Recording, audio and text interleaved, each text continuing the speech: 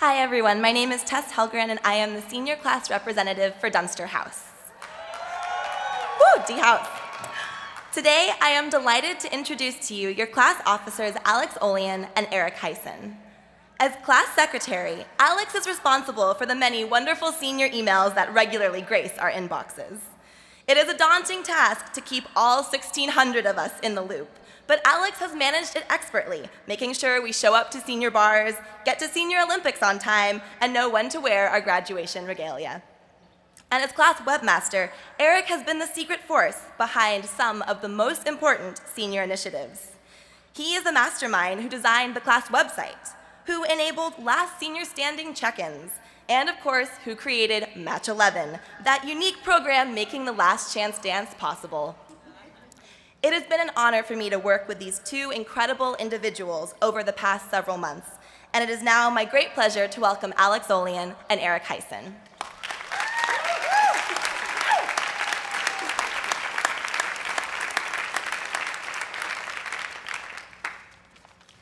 Good afternoon, class of 2011, Dean Hammonds, parents, and guests. I'm Alex Olian, your class secretary. And I'm Eric Hyson, your class webmaster. I write you all those emails. And I know everyone you added as a crush on Match 11. Over the past 4 years, we've come together through some pretty fun and meaningful experiences. We all arrived on campus looking for best friends in each of our entryways. We learned that the activities fair results in free t-shirts, free stress balls, free magnets, and of course, many emails every day from every club that you sign up for. Then we ensure that future Harvard students have an equally amazing experience. But our record-breaking participation rate is providing energy and motivation to the entire alumni community. As an alum from the class of 1938 put it, we want to know that Harvard is still a place worth supporting. Who is a better judge of this than students who have just spent 4 years in the college? Thank you very much.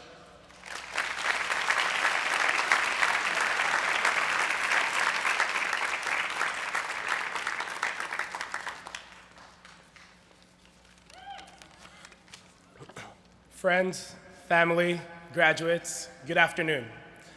My name is Talal Al-Hamad, and I'm currently one of the senior class marshals for the class of 2011 in Quincy House. Thank you so much for joining us today to celebrate the end of 4 incredible years at Harvard University, but more importantly, to celebrate the beginning of a new adventure away from the safety of these ivy-covered walls. And who knew we could do this under such great weather conditions? Today, I have the honor of introducing Ms. Ellen Gordon Reeves, the incoming president of the Harvard Alumni Association. Ms. Reeves received her bachelor's degree from Harvard College in 1983. She soon after that received her master's degree from the Harvard School of Education. She then continued to work as the education editor for the New Press for 15 years. In 2009, she published her book, Can I Wear My Nose Ring for My First Interview? A crash course in finding, landing, and keeping your first job. A crash course I think we all need. She's about to start a new job as a blogger for CBS called The Job Shrink. She currently serves on the Harvard Club of New York City Board and was the former president of the Radcliffe Club of New York. Please join me in giving a hand to Ms. Ellen Gordon Reeves.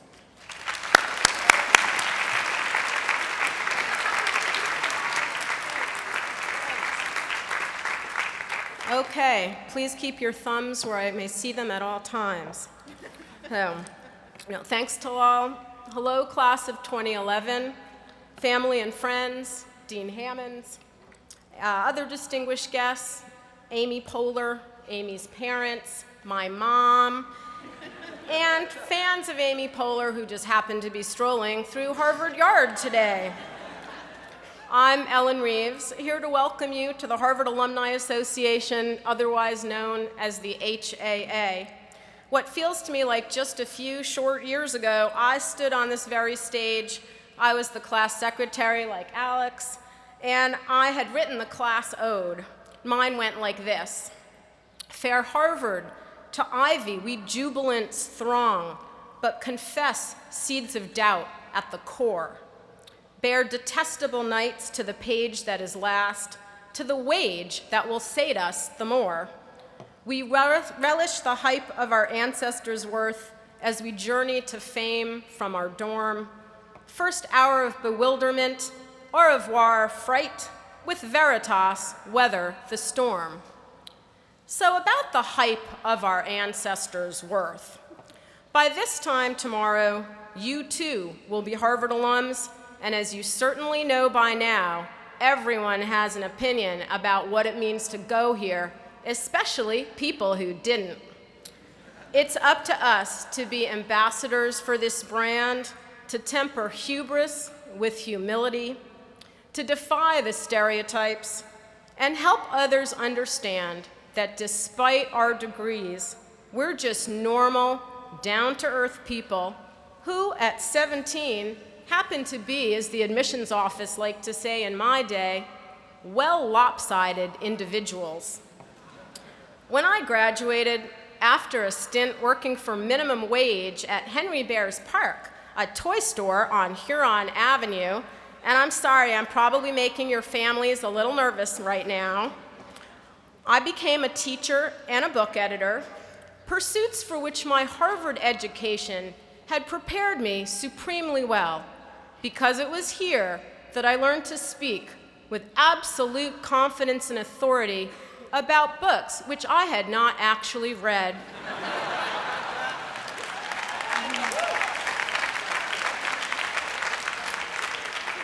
I shouldn't really admit this, but once a section leader wrote on one of my finals, "Your essays were exceptionally well written, and I'd like to give you an A, but since you couldn't answer any of the IDs, it's clear you haven't read any of these books." Busted. Now, when I was here, we didn't have classes like science and cooking. So when I moved to Paris to teach, I studied at the Cordon Bleu, where I learned practical, hands-on things I'd never learned at Harvard, like how to stuff a quail with its own liver.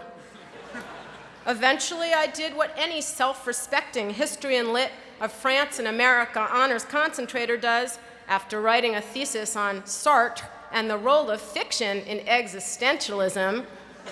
Now you know why I was working in a toy store. A how-to book called "Can I Wear My Nose Ring to the Interview? A Job Hunting Guide for Recent Grads." And my mantra is, stop looking for a job and start looking for a person. The right person will lead you to the right job or opportunity or whatever you're looking for, an apartment, a roommate, a friend, a community service project, and this is what we have for you at the HAA. People, lots of people. Over 350,000 of them from the college and the grad schools in 187 clubs all across the country and around the world, and over 39 shared interest groups. And most of them want to help you in any way they can, because we believe in the power of this institution as a force for good in the world. We believe in the power of this community, and most of all, we believe in you. So I stand here today as the incoming president of the HAA, the closest I imagine I'll ever come to being king of the world. But I can't lie to you. Sometimes it's hard to retain your sense of self in this community in which if you win a Pulitzer Prize, somebody else won a Nobel. And if you win a Nobel, someone else won too. So as important as I'd like to feel as president-elect of this august body, when the commencement and class day speakers were announced, I quickly understood that really all I'd be today was the other Ellen, the one who isn't the president of Liberia, and the warm-up act for Amy Poehler, which is strange considering the similar paths that Amy and I have taken. We both spent time in Massachusetts growing up, both did shows with Conan O'Brien. Okay, mine was a soap opera in the Mather House Library, and hers was The Tonight Show, but you know, we both trained at Second City and in Chicago, moved to New York, where after that our paths diverged. And I'm okay with that, really. I think of the high holiday story I read every year about Rabbi Zusia, who gets a complex about Moses and all of the other overachieving rabbis he's hanging out with. On his deathbed, he tells his students, "Now I realize at the end of my life, no one is asking, 'Why were you not Moses?' but 'Why were you not Zusia?'"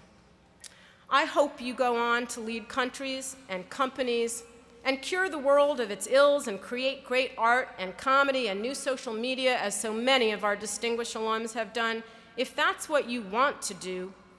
But forget about your Harvard potential, a notion which has sadly paralyzed more than one of our alums, and be who you're meant to be and who you want to become, and let the HAA help you along the way. We're celebrating Harvard's 375th birthday next year, and my message to alumni is, Harvard is where you are. I mean, it will still be here. It's not going anywhere, although sometimes, just for fun, I tell people, Harvard is changing its name, and you should see people's reactions. I hope you'll come back to Cambridge often, but don't wait for a class reunion. As far as I'm concerned, if there are 2 alums in a room, even a virtual room, it's a reunion. On June 21st, we're having global networking nights in cities around the world and across the country. We have fall welcome to the city events planned, but we can't let you know what's going on or tell you about Crimson Compass, our career database, or public service on the map if we can't find you. So when you get emails about signing up for a post.harvard address or joining a local club, the New York Club even has a booth right out there in the yard, I hope you'll do it. There are lots of ways to get involved. Help us make Harvard happen wherever you are. But you've got to reach out and connect if you want to experience the amazing power of this network, as my buddy HAA President Bob Bowie has reminded us all year. Let's start right now. Take a few seconds and introduce yourself to someone near you you don't know. Next to you, in front of you, behind you.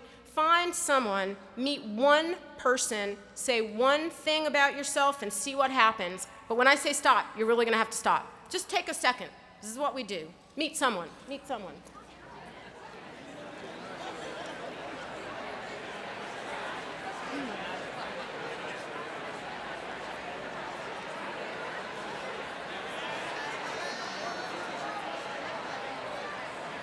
All right. They even got me a gavel. All right, folks. I could let it go on for another hour, you know. But really, this is what the HAA is all about. Helping people connect to each other, to the university, to students. It totally floats my boat to think that maybe in the next 24 hours, or in the next year, or at your 25th reunion, or on a street halfway around the world, you might just reconnect with this person. A stranger will have become a familiar face, and after that, possibly a friend. The lesson is, reach out. Don't wait for someone else to break the ice. Just do it. Au revoir, a bientôt. Never forget, veritas is satire backwards. And welcome to the HAA.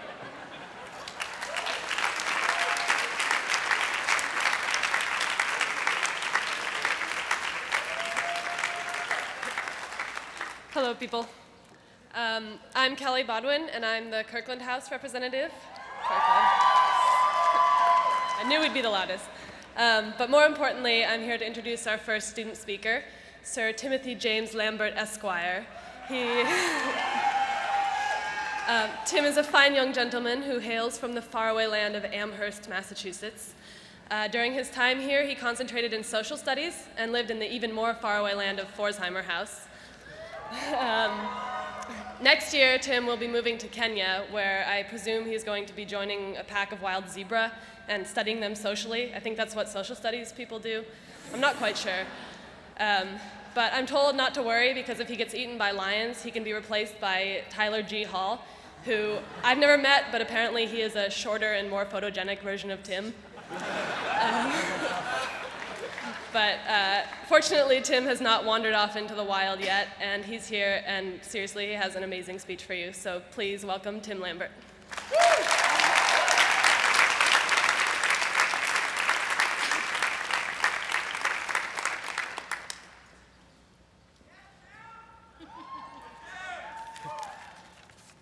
Thank you, Kelly. That was highly embellished. About 2,000 years before any of us were born, an eminently sleazy Roman poet wrote a two-line poem that captured one of the deepest and truest paradoxes in the human condition. His name was Catullus.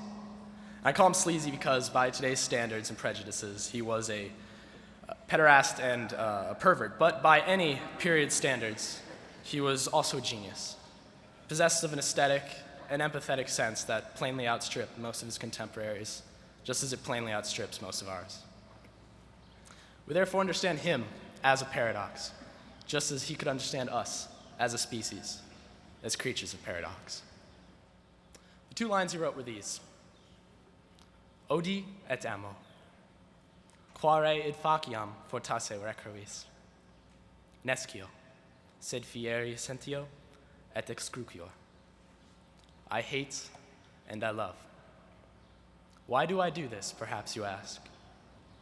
I don't know, but I feel it being done and I am tortured.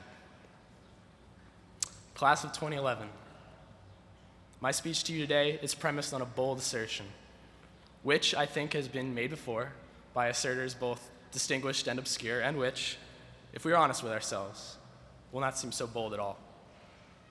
The assertion is this: if you have made it through 4 years at Harvard without coming to both hate and love this place, and all it represents, and all that it promotes and creates, then you have not been paying attention. Many of us certainly will admit, particularly on this most nostalgic of days, that we have fallen in love with this place. Others will maintain that they hate it, and always hated it. Maybe those people aren't here. Maybe they, like those high school rebels who wouldn't buy their yearbook, are off glowering and congratulating each other for not subscribing to this crap, for not drinking the Kool-Aid. But I'm talking to them especially, because each of us, from the most cynical and jaded advocate member to the cheeriest admissions office tour guide, harbors a mixture of the two emotions, whether they admit to it or not. And how could we not? We witness contradictions everywhere we look. This school swallows up philosophers and artists, visionaries and geniuses from every corner of the country, from many corners of the earth. It cherishes their diversity, their vitality, their individuality. Then it ties them together for 4 years, inculcates a new lexicon of concentrations and comps and proctors and paths, bequeaths them a slew of traditions from football rivalries to final clubs, and plunges us all into an airtight, soundproof bubble from which we are to emerge in some alchemical miracle as people qualified to wear a trademark of excellence and successfully avoid paying our fair share of the taxes. I hate and I love. I hate the hoops I had to jump through, but I love the tricks I learned in the process. I hate the term papers I had to write, but I love the friends I made at Lamont Cafe at 3 a.m. because of them. I hate the feeling that Harvard has been one long audition, but I love knowing that competing for things that didn't matter ultimately helped me discover what does. I hate the rejections, the disappointments, the heartbreaks, the failures. But I love the victories that were all the more real and sweeter for them. I hate the way how in 4 years, an endless horizon contracted into a fork in the road. But I love the way those roads call my name, as if they were made for me, as if they've been waiting patiently for my vision of focus since the moment I opened my eyes. But our ambivalence is still more complicated than that. We do not merely hate the struggle and love the reward. We love the struggle and we hate the reward. Even as we love carving out our niche, we hate having to specialize. We love the thought of becoming our own person, but we hate the thought of becoming old. We love the thought of moving forward. We hate the thought of letting go. Why do I do it? Perhaps you ask. I do not know. This place will never make sense to us. It made no sense in freshman week, and it makes even less sense now. We can't know the effect the school has had on us, what effects we have had on each other, any more than we can lean back through time and pick the brains of our younger selves. Because we can't know how to feel. But knowing doesn't matter. We don't choose how to feel. Catullus wrote, "I feel it being done, and I am tortured." It's the passive voice. Our feelings happen to us. We feel the way we do about this place and about this moment because of what has happened to us, even more than because of what we have done. The ambivalence we must feel is a natural consequence of the ambivalence with which life regards even the luckiest among us. Feelings are not opposite, and that is the pearl of clarity hidden in this murky paradox. Anyone who has really been in love knows how quickly it can boil over into hatred.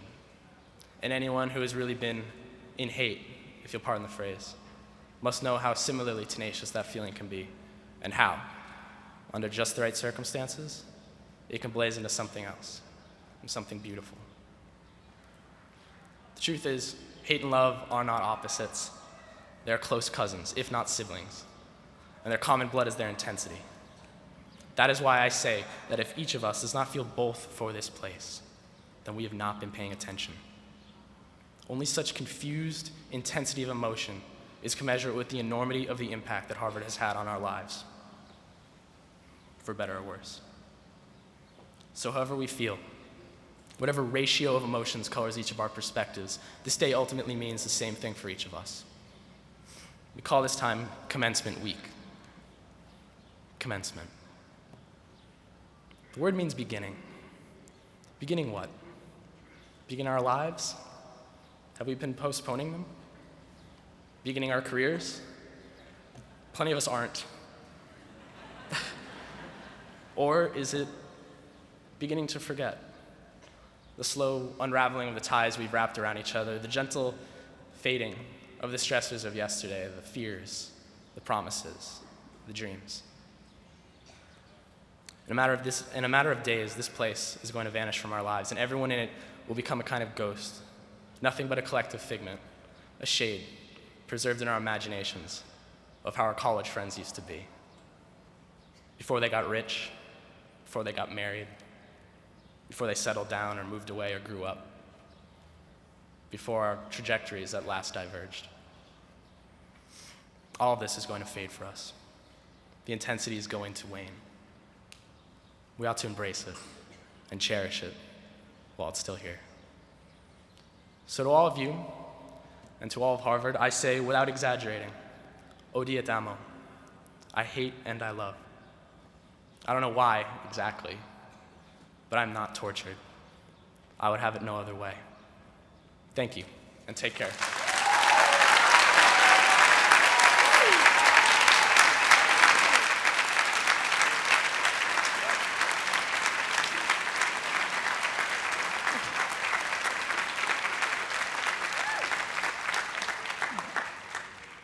Thank you, Tim, for that very moving speech. Hi, my name is Vidya Viswanathan, and I'm a class marshal in Elliott House. I am here to introduce Laura Jaramillo, who will be giving the next Harvard oration. Laura is a government concentrator living in Pforzheimer House. She has been very involved in House life, serving as House Committee co-chair last year. As one friend said, I know very few people who take the privilege to be here at Harvard as seriously as Laura does, and that translates into her always being in the moment and all about making Harvard memorable for herself and other people. Despite a long list of accomplishments at Harvard, one of Laura's proudest moments has been getting to hug Shakira twice at Cultural Rhythms this year. She will be traveling to France next year on the prestigious Michael Rockefeller Memorial Fellowship. She would like to thank her sister and her parents who have traveled all the way from Colombia to be with her on this very special day and who have supported her through thick and thin. Please join me in welcoming Laura Jaramillo to the stage for her Harvard oration.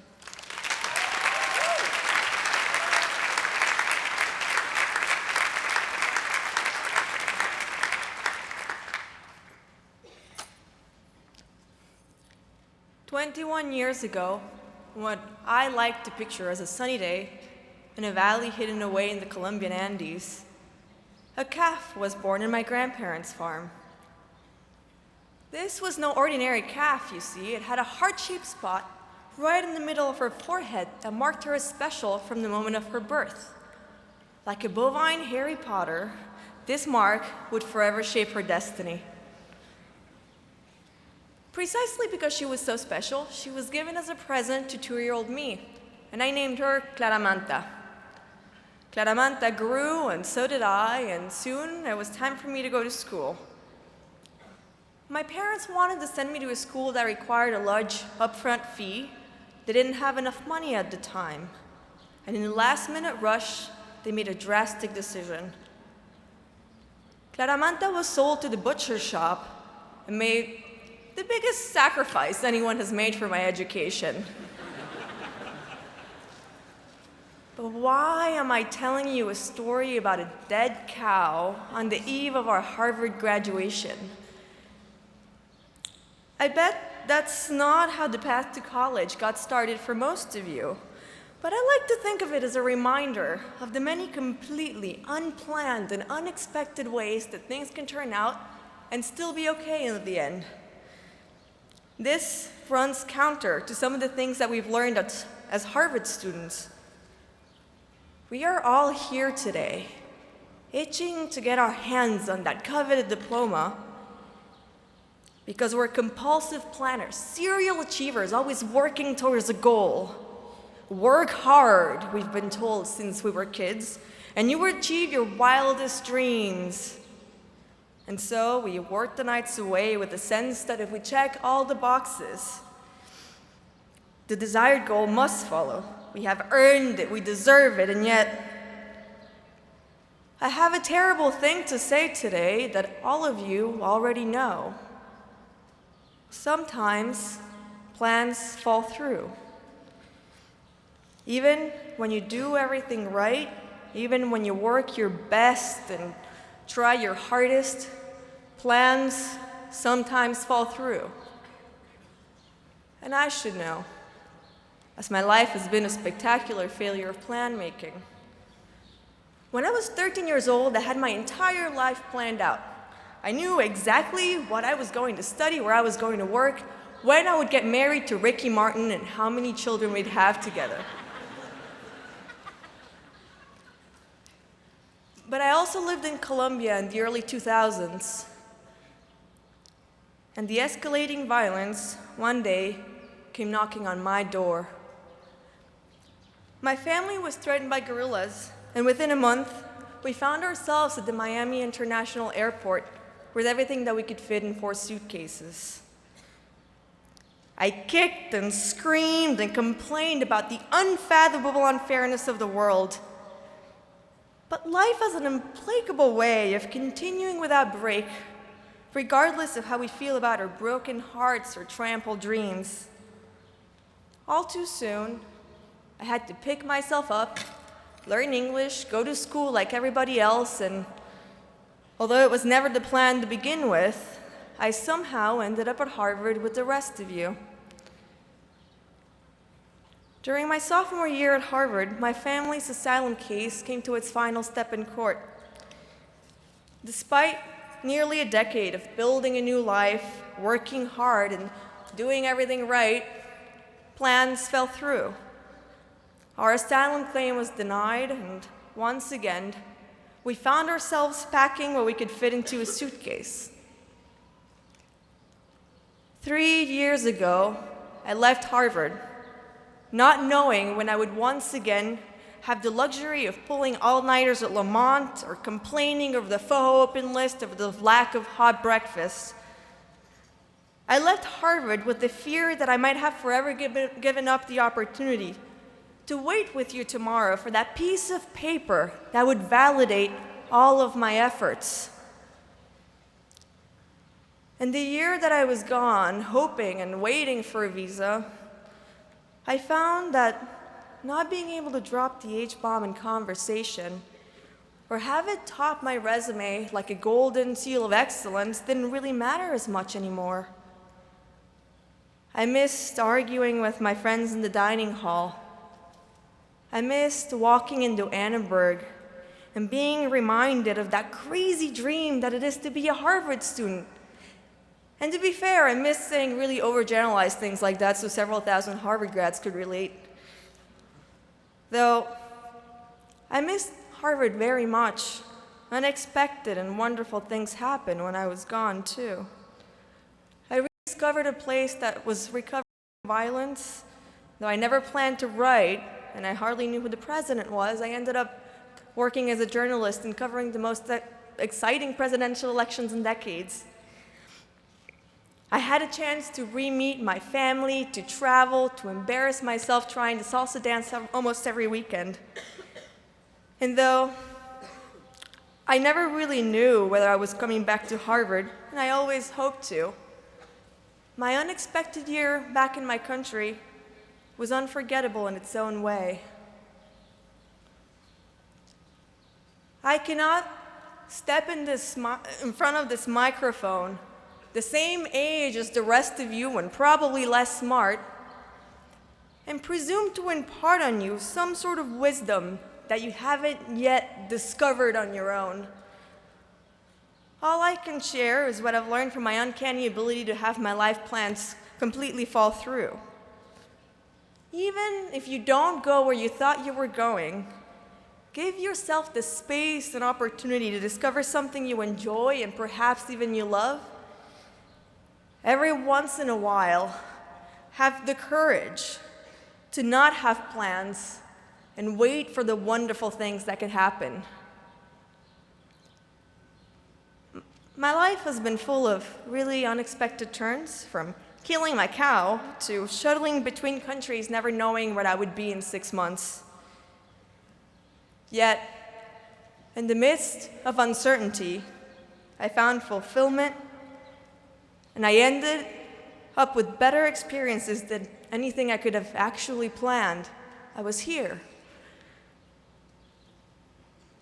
When things don't go the way you hoped, people will always tell you everything happens for a reason. I don't know if that's true.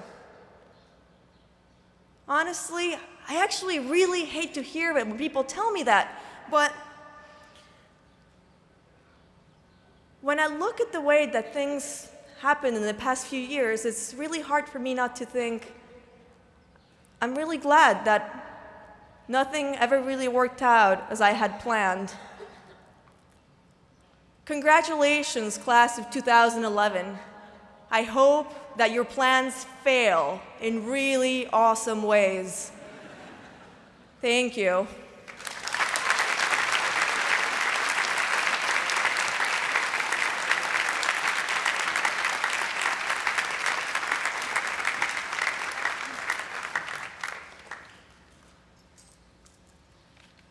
At this time, the senior class committee would like to take a moment to remember those members of the class of 2011 who have passed away during our time here.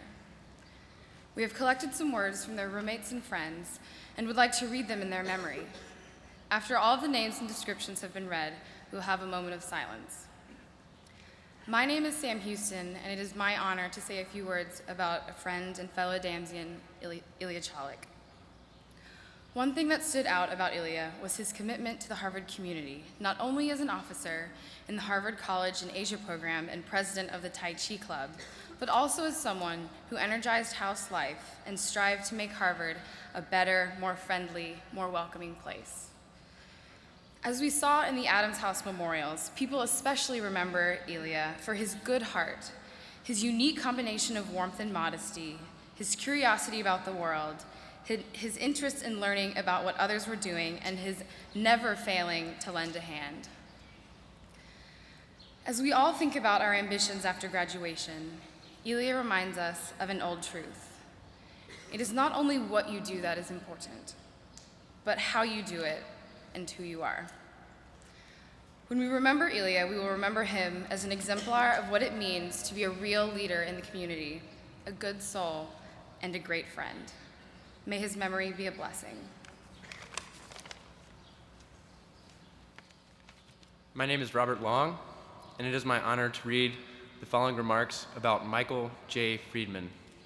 These remarks were submitted by his good friends Mackenzie Lowry, class of 2011, and Mark Isaacson, class of 2011. Mikey arrived at Harvard as an aspiring oncologist. While his infectious optimism and relentless humor never showed it, Mikey had been fighting a 3-year battle against an extraordinarily rare and aggressive form of cancer. Still, Mikey threw himself into his studies and medical research. He seized every opportunity. His penchant for practical jokes and his gentle demeanor made him beloved among his friends and classmates. His perspective on life, one that put people first, was an inspiring reminder of what truly matters. And while he left behind family and friends who felt a great loss, he also left behind a very inspiring legacy. When he was 15 and recently diagnosed, Mikey was offered a wish by the Make-A-Wish Foundation. With the $5,000 he received, he went on a shopping spree for the other pediatric cancer patients he saw. He saw their boredom, he felt their pain, and he wanted to help. That was the start of the Mikey's Way Foundation.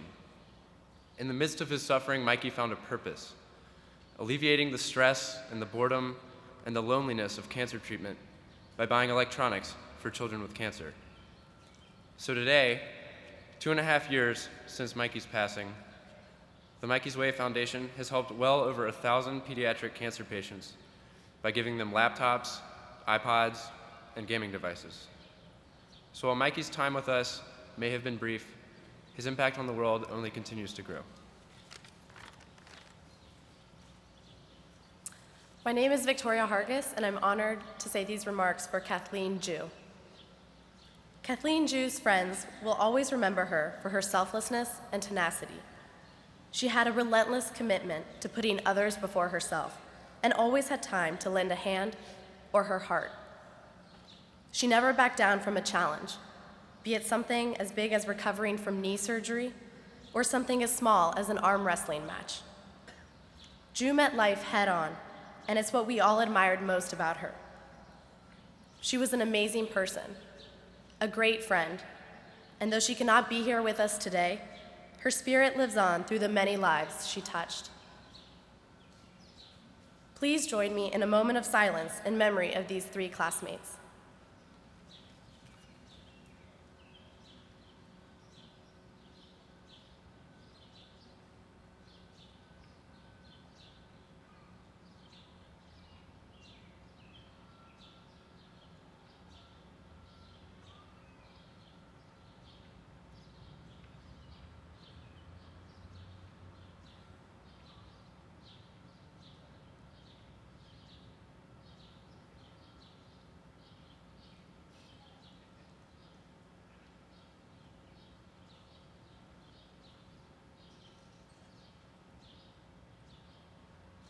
Thank you.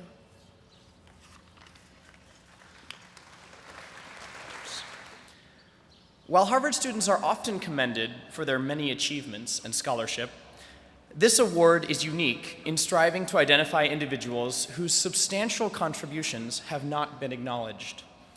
In effect, the goal of this award is to honor the 2 unsung heroes of the class of 2011. This year, the selection committee received a huge number of nominations from tutors, house personnel, and fellow seniors. The decision process was incredibly difficult, and we could not be more proud of our classmates' commitment who have shown energy in helping others and who exhibit the same heroic character and inspiring leadership of the Ames brothers. While Harvard students are often commended for their many achievements and scholarship, this award is unique in striving to identify individuals whose substantial contributions have not been acknowledged. In effect, The goal of this award is to honor the two unsung heroes of the class of 2011. This year, the selection committee received a huge number of nominations from tutors, house personnel, and fellow seniors. The decision process was incredibly difficult, and we could not be more proud of our classmates' commitment to serving their communities both within Harvard and in the world at large. Before we present the awards, I'd like to ask the class of 2011 to join me in thanking the nominees, most of whom are seated in the front of the audience today. Would you please stand and be recognized?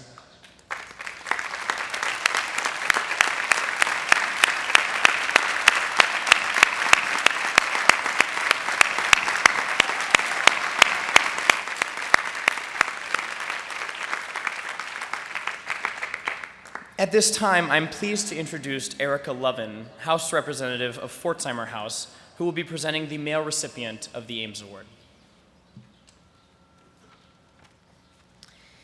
Described by his housemasters and house tutors as, quote, one of Harvard's most rare and exceptional students, and, quote, known by all for his kindness, humility, and selfless devotion to others, this year's male recipient of the Ames Award truly embodies every single quality the honor strives to recognize and is beyond deserving. Persevering through his family's own financial difficulties and language barriers, absolutely nothing has stopped him from finding ways to not only change Harvard for the better, but also the vast world that lies far beyond these gates. Founding the health advocacy program to teach local students about the importance of nutrition, working relentlessly at the Harvard Square homeless shelter, and founding a successful nutrition-based project of his own during his recent stay in Rwanda with the nonprofit Gardens for Health, are just a few examples of the ways in which he has consistently and selflessly dedicated himself to public service and pursued his passion for public health. And so, it is my utmost honor to present the 2011 Male Ames Award to Mr. Johan Hong.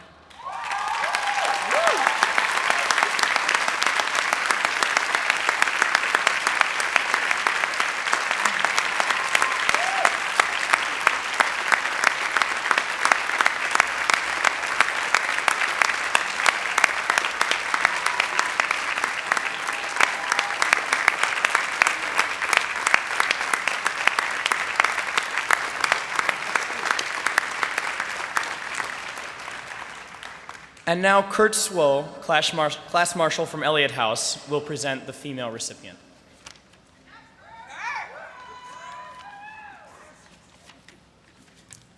Good afternoon. Today I have the distinct honor of announcing the female recipient of the Ames Award. In her time at Harvard, this individual has consistently served those in need without attracting the recognition that her work fully deserves. As a founding member of the Harvard chapter of Free the Slaves, she's brought attention to those currently living in conditions of slavery at home and abroad. On campus, she served ECHO, the Eating Concerns Hotline and Outreach, as a peer counselor and as its co-director to address the significant but often overlooked issues of body image and eating disorders affecting our student body. A recent special accomplishment was her role in propelling the women's rugby team to a national championship in April. The Ames Award Selection Committee recognizes the countless lives she has touched and the kindness, humanity, and dedication to others she has displayed throughout her time at Harvard. We are very proud to announce that the 2011 female recipient of the Ames Award is Anna Camero.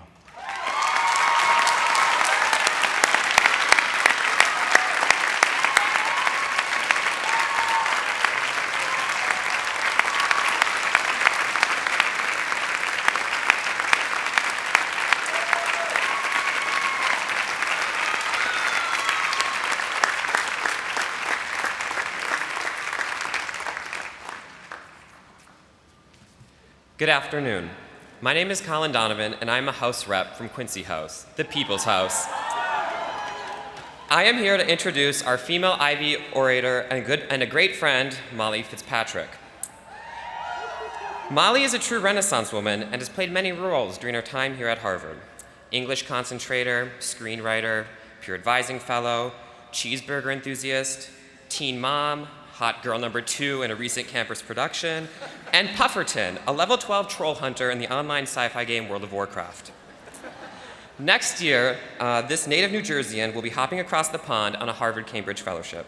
I can think of no one more deserving for this fellowship, but I know I'm not the only one that will miss her terribly. Ladies and gentle ladies, Molly Fitzpatrick.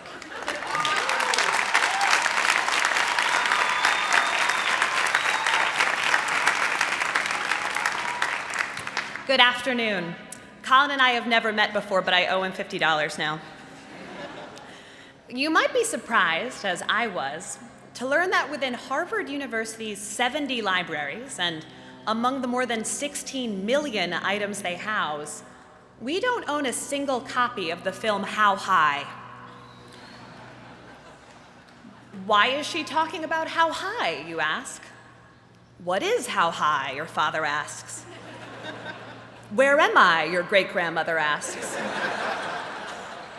For those of you who weren't in middle school in 2001, How High starred rap stars Method Man and Redman, who, playing bravely off type as stoners, smoke magical pot, ace their college entrance exams, and get into Harvard, as one does. But I'll get back to that. We all remember that moment 4 years ago when we each opened our Harvard acceptance letter and, in celebration, danced to Super Freak with the entire family. Hi, Mom and Dad. Veritas, Veritas proclaimed everything from the insignia on the letterhead to the face tattoos our proud parents lined up to receive at the Coop on pre-fresh weekend. Hi, Mom and Dad. Veritas, thought insecure pre-frosh me. I don't know if I'm toss enough. I'm only semi-toss. But here I am, here we all are, about to become Harvard graduates. Harvard graduate. That's the second finest set of 5 syllables I've ever heard, coming in only slightly behind mozzarella sticks. And frankly, it's a lot to live up to. Tomorrow morning, we will all instantly discover that we are all distant Kennedy relatives, sprout a thin layer of tweed, and be named part owners of Facebook. I want a good part, I don't want Farmville. But who am I kidding? I'm from New Jersey, where all tweed is the way a person with a speech impediment refers to marijuana. But I suspect I'm not alone in feeling suspiciously less erudite, less sophisticated, and less lustrous-haired than what I imagine a Harvard graduate to be. For those of you who don't know me, I prepared a very short list of very good reasons why I could not have conceivably gone to Harvard. 1, I have scars from accidentally burning myself with 3 types of irons: clothes, curling, and waffle. 2, in the 4th grade, I applied an inch-thick layer of green Play-Doh to my glasses and refused to remove it for hours. 3, I once vacuumed my foot. That is a true story. In fact, by virtue of the very prestigious diploma we're about to receive, so much of what we do from this point on will be automatically considered a disappointment. If all Harvard alumni can be ranked on a gradient of awesomeness, from JFK to the Unabomber, own it, people. I think we'd all like to be at least a 4.5. In our culture, Harvard is a metonym, which, along with salient, reify, and quotidian, is a word I've used in at least 6 response papers without knowing what it means. But Harvard stands for something. I spend most of my time watching movies and television shows because I'm very attractive and popular and well-adjusted in every way. Lazy screenwriters love Harvard. First of all, it's a great setting, up there with the White House or World War II or the Space White House. But more importantly, a Harvard education is one of the most overused, conveniently definitive character traits in all of Hollywood. The audience needs to understand that this character is smart and probably rich and likely also a D-bag. But how to convey that? Hold on! In real life, Harvard may have a minuscule 6.2% acceptance rate, but in movies, TV, and literature, it's more like 6.2% of all people in the entire world attended Harvard. Consider that not one, but two characters on the TV show Army Wives are Harvard grads. I would pass judgment here, but it occurs to me that I just admitted to an audience of thousands that I am a fan of Army Wives. Allow me to introduce you to some more of your fictional peers. Forget Zucker Who and the Winklewuts. There's Ally McBeal, the rich guy on Gilligan's Island. Patrick Bateman in American Psycho. That one is all you at concentrators. On Family Matters, Laura Winslow was accepted to Harvard, but curiously, not Urkel. I know, right? Rory Gilmore also got into Harvard, but she went to Yale. Suck it, Rory. One of the prisoners on HBO's gritty prison drama Oz was a graduate of HLS, so lots to look forward to there. Elle Woods, Fraser Crane, Twofer from 30 Rock. No Harvard characters on Parks and Recreation, though, so that's kind of weird. I don't know. So, how high? I'm not going to stand here and close read the film for you. But do consider Method Man and Red Man a wry nomenclatural link at the inherently patriarchal nature of the American educational system? I'm so sorry, it's become a reflex now. But the great thing about How High, about all of these portrayals of Harvard and its students, is that they help us to remember just how special our experience has been, and just how special we are. Audiences are gleefully led to believe it can take magic to get in here, as well as some presumably legally prescribed herbal supplements. But we managed it on our own. And Legacies, you're great too.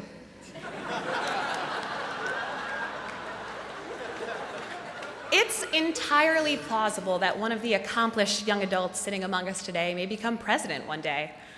And statistically, at least 300 people just thought to themselves, yeah, she's talking about me, so, you know. But if I may reify the most salient aspect of this quotidian speech, I'm speaking to all of you when I say, never forget how impressive you are. As Harvard students, you're already famous.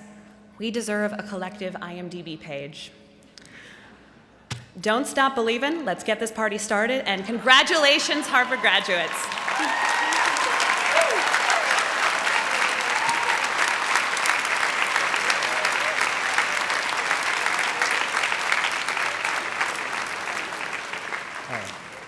Thank you for that hilarious speech, Molly.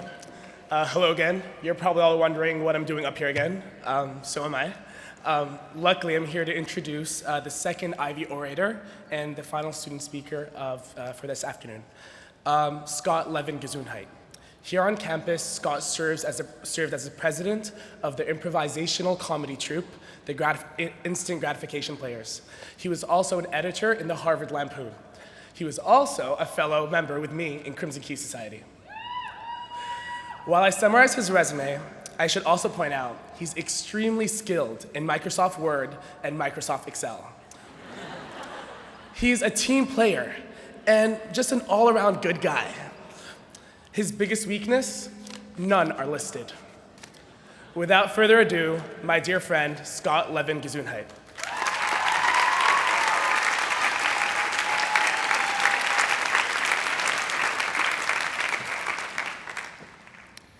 Good afternoon, class of 2011. First, I want to thank the class marshals for allowing me to open for blonde Tina Fey.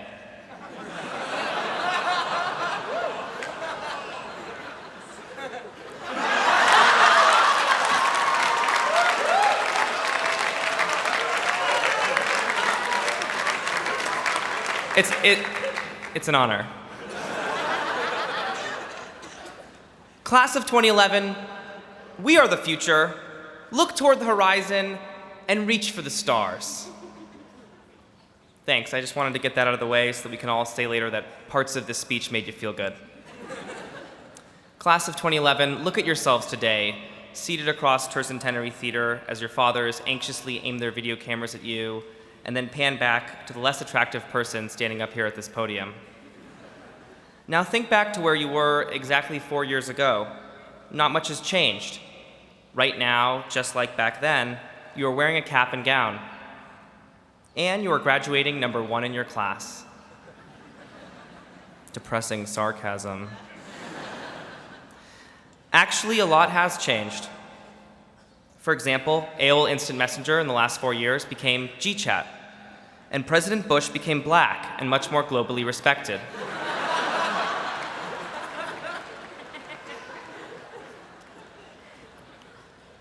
My good friend, Mr. Binky Blue Blanket, became Binky, College Blanket. We are older now, wiser even. I, for one, am much, much fatter. There was the freshman 15, the sophomore 7, and the junior stopped counting, too sad. Twinkies are shaped like my parents' disappointment.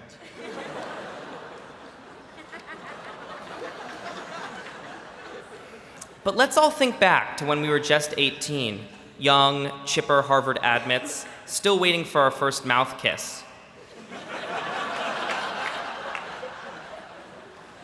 We didn't even know the Harvard lingo yet, like that a concentration is slang for a major, or that a TF is slang for someone who usually won't date you. I can remember when I left my small town to head off to this school. I felt like an old soldier going off to fight in the war. People would look at me and say, "Hey, youngster, gee whiz, you're going off to the big time. Send us a telegram, won't ya?" Then they'd sip bourbon out of a flask and criticize women's suffrage. It was a really small town.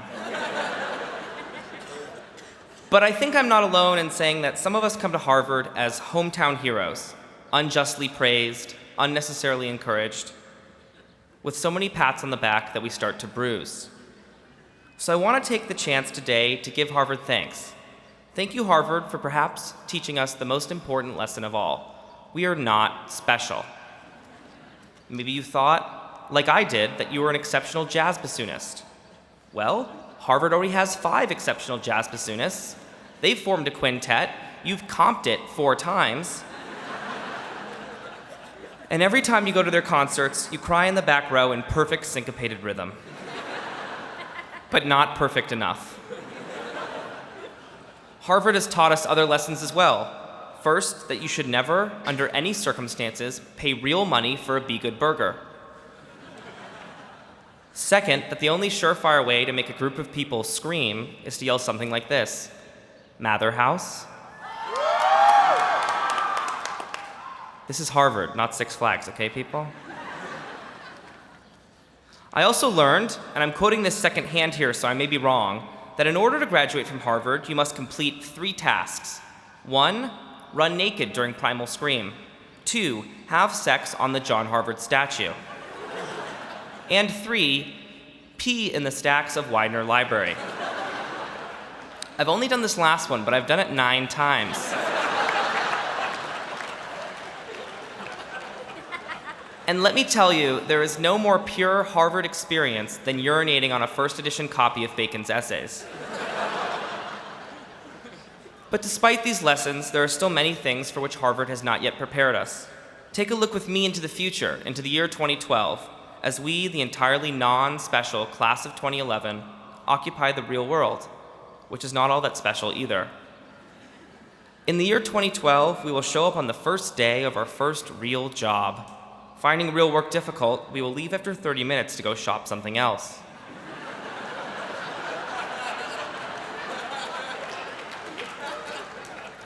In the year 2012, we will get into an argument with a bouncer at a nightclub, yelling something about unlimited swipe access. And in the year 2012, we will show up at a closed restaurant at 11 p.m., asking if they serve brain break. will then make a huge mess out of their kitchen. Look, the real world is a scary place. There's no overpriced course pack called Life on sale at the Coop.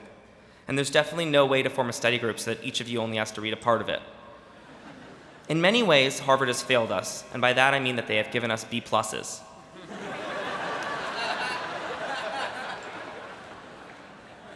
But stand tall, Harvard graduates. Tomorrow, we'll be just that. And that means something. It means that we'll be just like any other college graduates, only with a crippling inability to tell people where exactly we went to college. Or what a mouth kiss feels like. But I'll say it again. Tomorrow we'll be Harvard graduates. How many people can say that? Answer, anyone. Freedom of speech. God bless America. So long, class of 2011. May your futures be bright and your kids smart enough to go here one day. Just remember that still won't make them special. Thank you.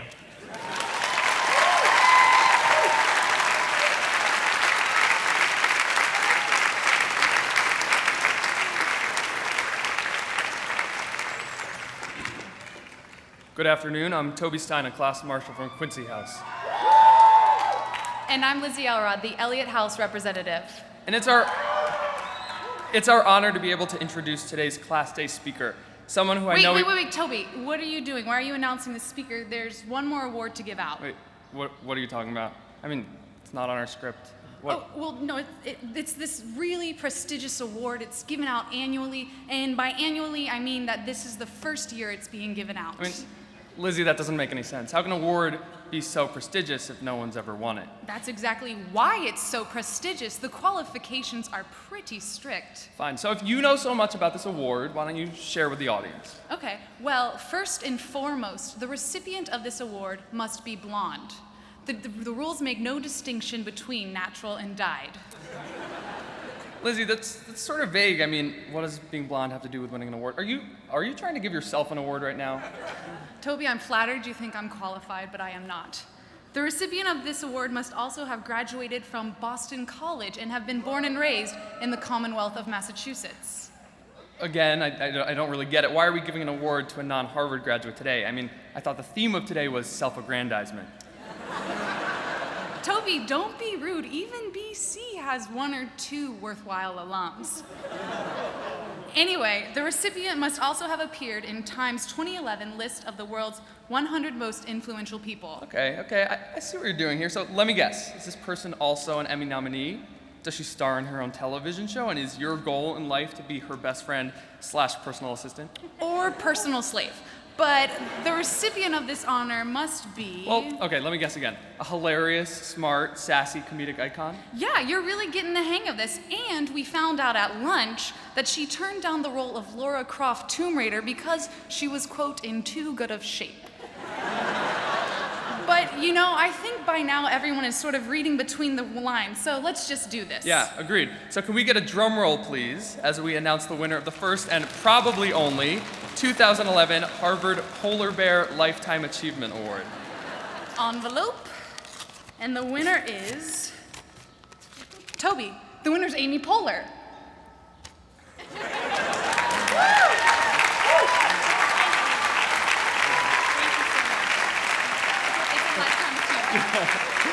Amy, we're so excited to have you with us today, and we're really glad that your parents could make it. From Parks and Recreation to Saturday Night Live, and from Baby Mama to Wet Hot American Summer, which is a personal favorite of mine. I know that I speak for the rest of the class when I say how much I admire your work, and we're so grateful that you've chosen to be with us today, and we can't wait to see what lies ahead in your career. Thank you very much.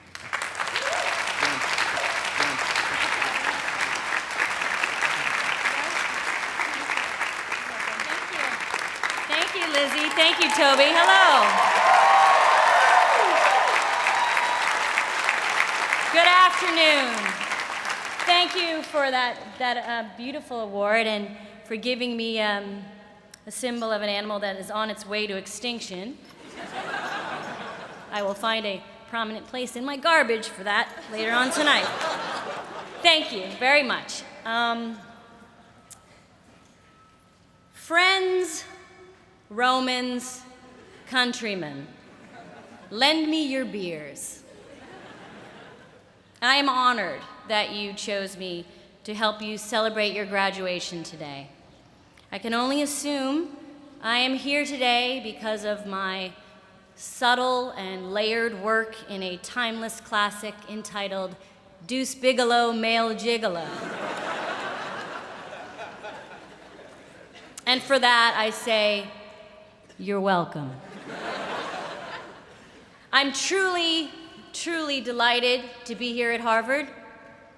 I graduated from Boston College, which some call the Harvard of Boston.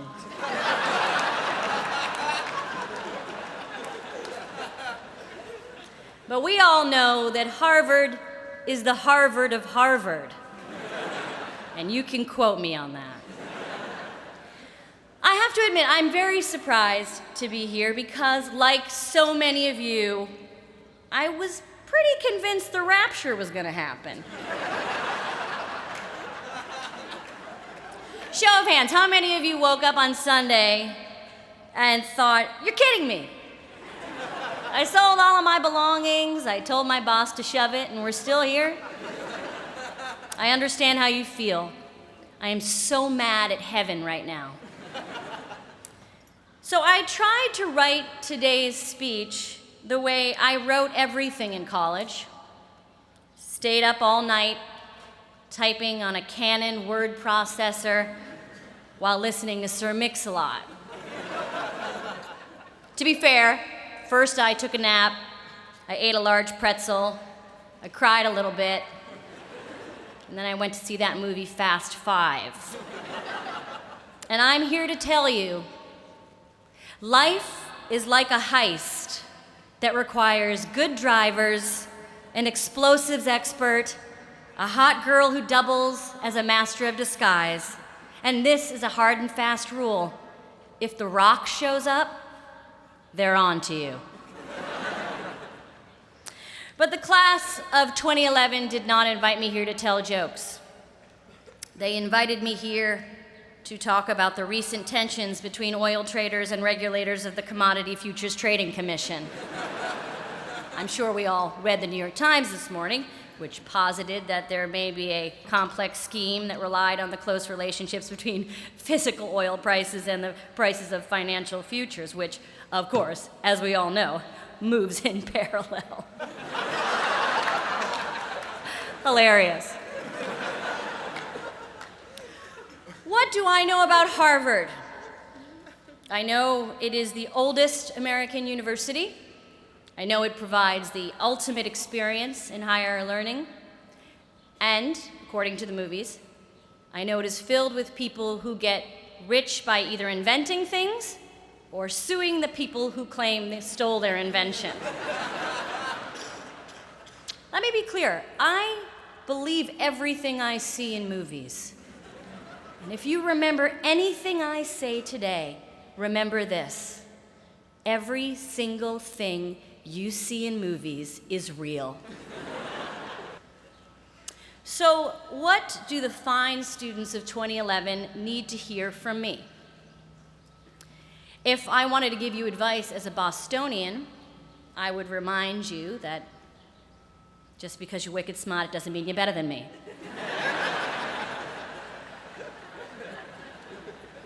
And I would also want to say, good for you for working so hard. You graduated from Harvard, huh? Must be nice.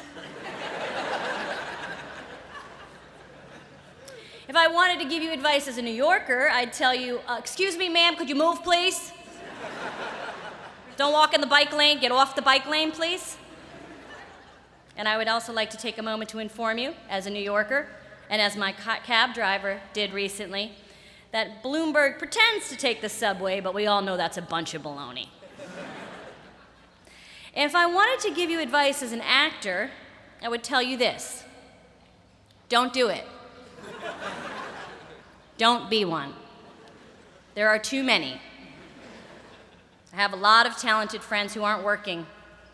Sorry, no more room at the inn. I bet you're great, but just work with the human genome instead.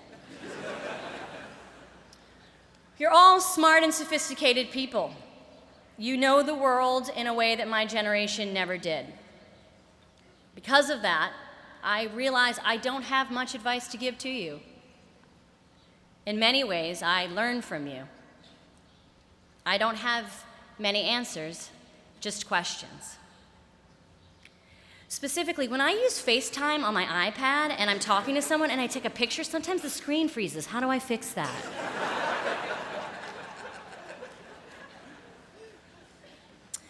All I can tell you today is what I've learned, what I have discovered as a person in this world. And that is this: you can't do it alone. As you navigate through the rest of your life, be open to collaboration. Other people and other people's ideas are often better than your own. Find a group of people who challenge and inspire you. Spend a lot of time with them, and it will change your life. No one is here today because they did it on their own. Okay, maybe Josh, but he's just a straight-up weirdo. You're all here today because someone gave you strength, helped you, held you in the palm of their hand. God, Allah, Buddha, Gaga, whomever you pray to. They have helped you get here, and that should make you feel less alone and less scared. Because it has been a scary 10 years. You were young children when you watched planes hit the World Trade Center. You quickly understood what it was like to feel out of control. Your formative teenage years were filled with orange alerts and rogue waves and unaccomplished missions. For my generation, it was AIDS. We all grow up afraid of something. Your generation had to get used to taking off your shoes at the airport. My generation had to get used to awkward PSAs from boys to men telling us to use protection. But during those tough times, we realized how wonderful it felt to be part of a group. But more about me. I moved to Chicago in the early 1990s and I studied improvisation there. I learned some rules that I try to apply still today. Listen, say yes, live in the moment, make sure you play with people who have your back, make big choices early and often. And don't start a scene where two people are talking about jumping out of a plane. Start the scene having already jumped. If you're scared, look into your partner's eyes. You will feel better.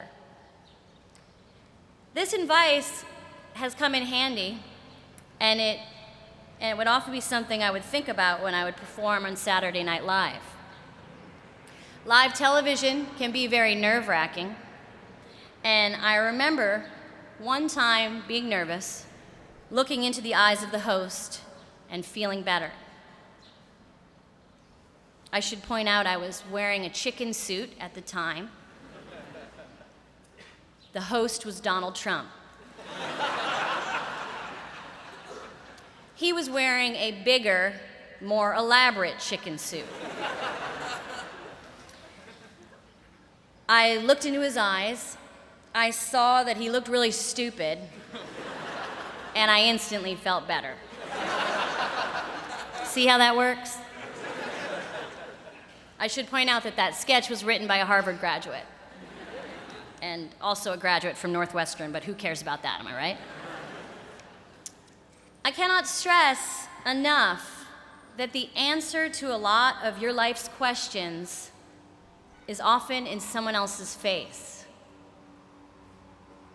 Try putting your iPhones down every once in a while and look at people's faces.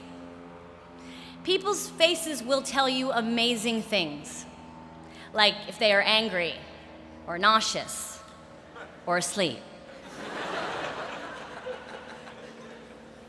I have been lucky to be a part of great ensembles. My work with the Upright Citizens Brigade led me to my work on Saturday Night Live. And when I graduated from that comedy college, I was worried about what came next. Then Parks and Recreation came along, a show I'm proud of, where I get to work with people I love. You never know what is around the corner unless you peek. Hold someone's hand while you do it. You will feel less scared. You can't do this alone. Besides, it's much more fun to succeed and fail with other people. You can blame them when things go wrong. Take your risks now. As you grow older, you become more fearful and less flexible. And I mean that literally. I hurt my knee on the treadmill this week, and it wasn't even on.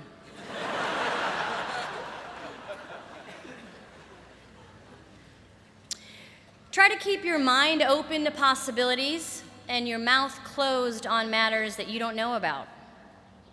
Limit your always and your nevers.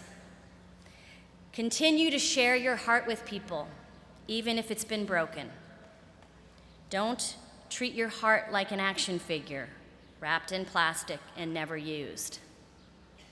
And don't try to give me that nerd argument that your heart is a Batman with a limited edition silver batarang, and therefore if it stays in its original packing, it increases in value. Watch it, Harvard, you're not better than me. Even though, as a class, you are smart, you are still allowed to say, I don't know. Just because you are in high demand, you are still allowed to say, let me get back to you. This will come in handy when your parents ask when you plan to move out of their basement. And you answer, I don't know. Let me get back to you.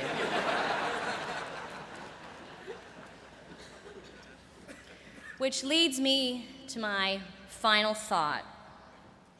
Would it kill you to be nicer to your parents?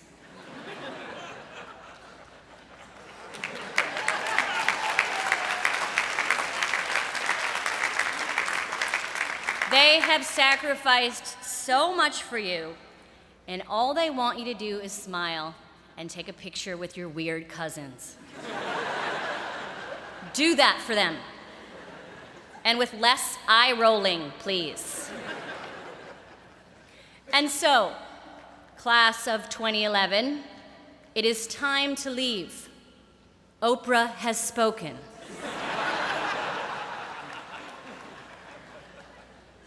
So I will end with this quote.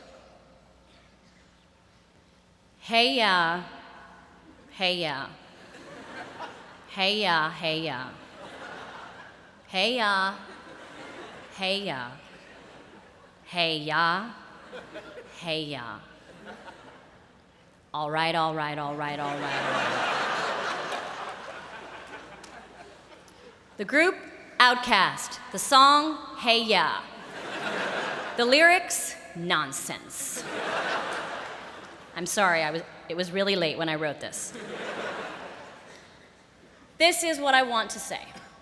When you feel scared, hold someone's hand and look into their eyes. And when you feel brave, do the same thing. You are all here because you are smart and you are brave. And if you add kindness and the ability to change a tire, you almost make up the perfect person. I thank you for asking me to speak to you today. As you head out into the world, I wish you love and light, joy, and much laughter. And as always, please don't forget to tip your waitresses. Thank you very much.